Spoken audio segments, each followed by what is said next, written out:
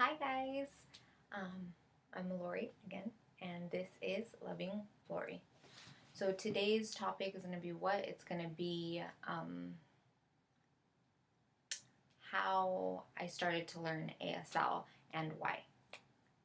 So a long time ago, about maybe 10 years ago, probably longer, I was dating someone and that person brought up ASL and how they knew somebody that was deaf, and most family like events, what would happen is that the person was always like alone and not able to like join in to like conversations, parties, and different events because they were deaf and there was a communication like barrier. So I thought about that, and that was probably in high school.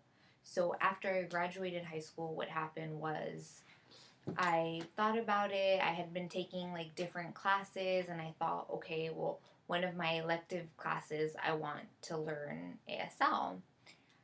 That time I was going to East LA College, and I found an ASL course. So I took that one. It was a fast, like, summertime class. And at that time, I already knew the ABCs like most people do. I learned it on my own, I think, like reading a book or online something. But I took the class, and oh my God, I picked it up so fast and I fell in love with the language. It was nice because I never felt that way in a class before, where I was really interested and I really wanted to pick up as much as I could. So I continued. So I finished the ASL 1 class, and then I decided, okay, should I take ASL 2, 3? What do I do? Or should I stop? I was working at the time. I've been working since I was 14 and a half, 15.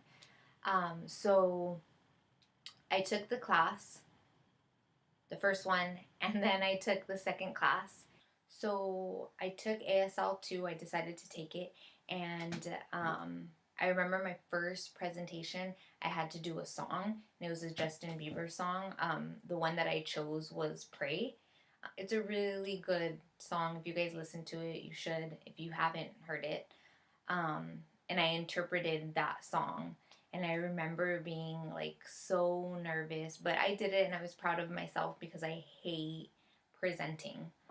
But I continued to take it, and ASL 3, I met two really awesome people, Patty and Christy. So, Christy, she was at the time going to CSUN to become an interpreter, and Patty, she was learning ASL because her partner was becoming an interpreter.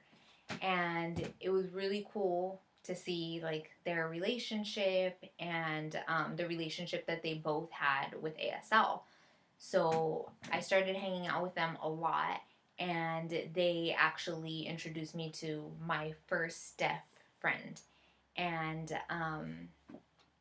when I met that person, I didn't know, um,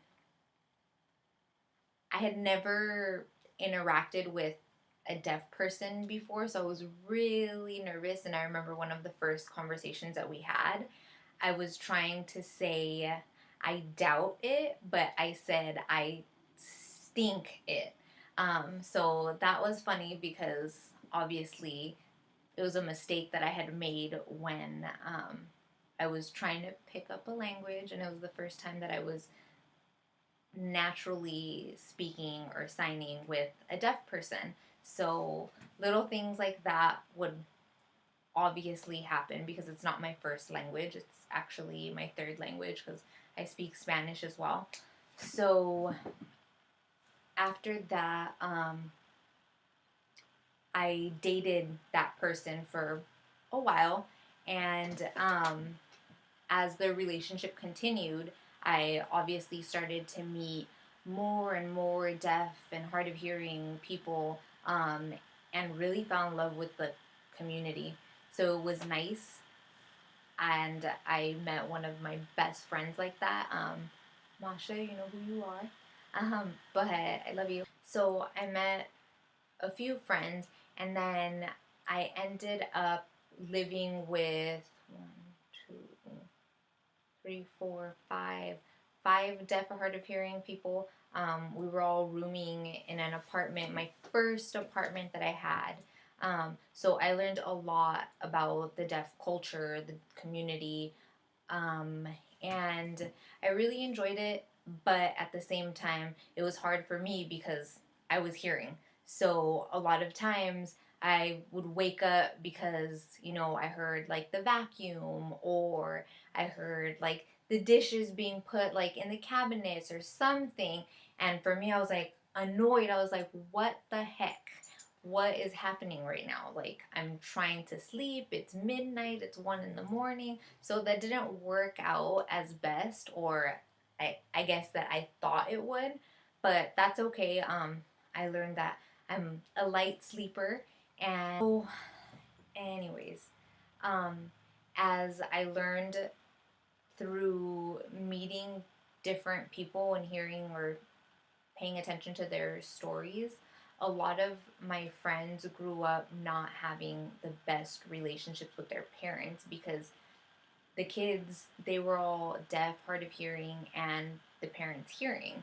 So what would happen is that the kids would learn ASL or grow up with an oral program and struggle to understand what's going on, what are other people saying, the family. And if you're talking and I'm having a conversation with someone over here and I'm talking blah blah blah blah blah, so how is the deaf child or person supposed to read their lips if they're looking that way? It's not fair. It doesn't make sense to me. And at that point, I was like, okay, that's exactly what I want to do. I want to figure out how to fix that issue. I want to teach hearing parents at like the kids' young age that the most important part is communication and having access to communication for the children, because the children need to learn. They need to have a relationship with their parents, their family, uncles, aunts. I would be so sad if I didn't have that with my family. Like, my family is a huge support system for me. So to know that I could have grown up without that, that would be a loss of most of my life and what's important to me. So that's what I thought would be my life goal, to teach as many hearing parents as possible. So at that point, I started working my ass off to figure out how I can become better at ASL. That way I could get into Gallaudet University. So Gallaudet University is one of the best schools for deaf or hard of hearing community. Like I said in my last video, um, it's the best school for a hearing person to go to if their major is ASL or anything having to do with the deaf community. I think because of the fact that really you're now on the opposite. So normally deaf people go into a store or the club or a bar or whatever it is. What happens is they're the odd ones out. And not to say that they're odd, but what happens is that they're left out. If they go obviously with like a group of deaf people, then they're not out. But at the same time, if someone's announcing something or the song, whatever it is, they're not gonna understand everything. They're not gonna hear everything. So for me or a hearing person to go into Gallaudet and experience that, it's a different world. It's a different experience. And at that point, you're the one that's out. The good thing is that everyone that I met at Gallaudet was so sweet, and I didn't have any issues with anyone. Obviously, like, why would I? But I decided to go to Gallaudet. So again, I worked my ass off. I got into the school. I was so proud of myself, and then it hit me. I would be moving to Washington, D.C.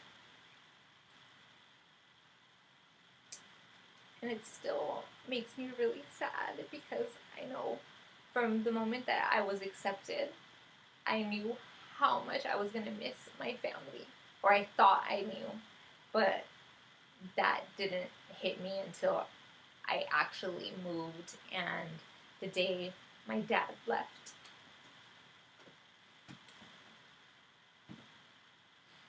Like I said earlier, if I had grown up deaf and missed the experience of growing up with my family and that huge support system that I have, that would be a real disappointment for me. So, in that fact, I'm lucky because I had my family. But yeah, I decided to go to Gallaudet. I was accepted. I went and I spent one semester, so I was there for 6 months.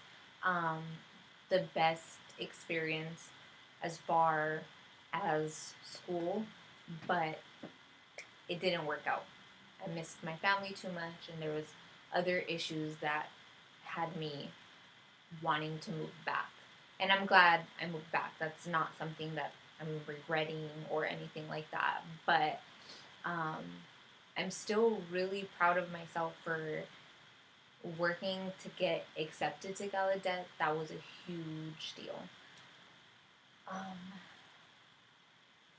but now it's sad because really I feel like I do have that passion to, you know, inform hearing people or specifically hearing parents about their deaf kids and giving them access to learn ASL is so important. And I wish they all saw it that way and not listen to like doctors saying, you know, you need a cochlear or you need hearing aids, or just let the kids be kids and not struggle to to understand language. It's not fair to them. If you were 5 and trying to figure out, you know, let's say someone dropped you off in Mexico and you don't even speak Spanish, what are you going to do? At 5, you don't want to struggle to understand people. You want, if you're hungry, you want to say you're hungry and be simple the way things should be when you're 5, 4, 3, 2. You know, you should be able to understand everything. But enough about that. ASL is still a huge part of my life. I still have friends in the community. I still keep in touch with them. I love you guys, and if you guys have any questions, let me know. I don't know.